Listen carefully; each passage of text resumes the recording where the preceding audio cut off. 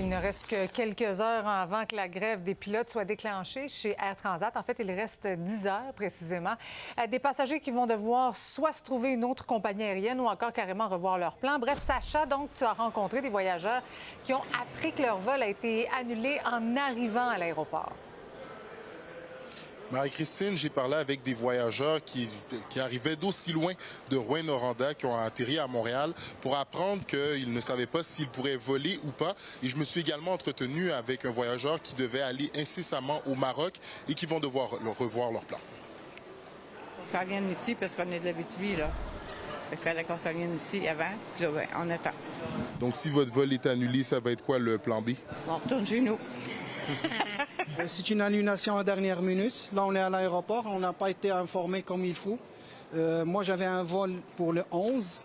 Je l'ai modifié pour partir aujourd'hui. Je ne sais pas comment on va essayer de régler ça avec Air Transat parce qu'il faut que je voyage. Il faut que je parte. J'ai des engagements.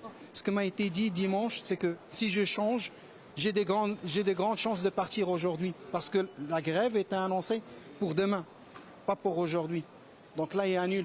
Pour quelle raison il annule aujourd'hui? Aucune idée. Bon, pas évident tout ça. Pendant ce temps-là, Sacha, est-ce qu'on sait si les négociations entre Air Transat et les pilotes progressent?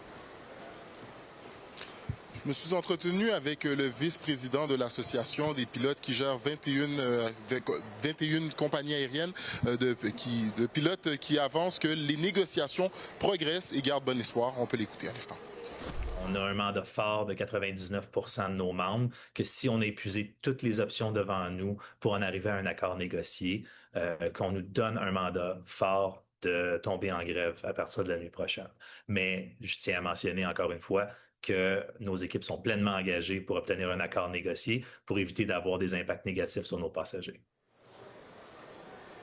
Puis au niveau des vols annulés, Marie-Christine, on parle de 22 vols, dont à Montréal-Trudeau ainsi qu'à Toronto. Et 4 vols sont annulés aujourd'hui, de même qu'un vol de retour qui devait revenir de Punta Cana. Donc, pas évident tout ça, évidemment. Sacha, merci beaucoup.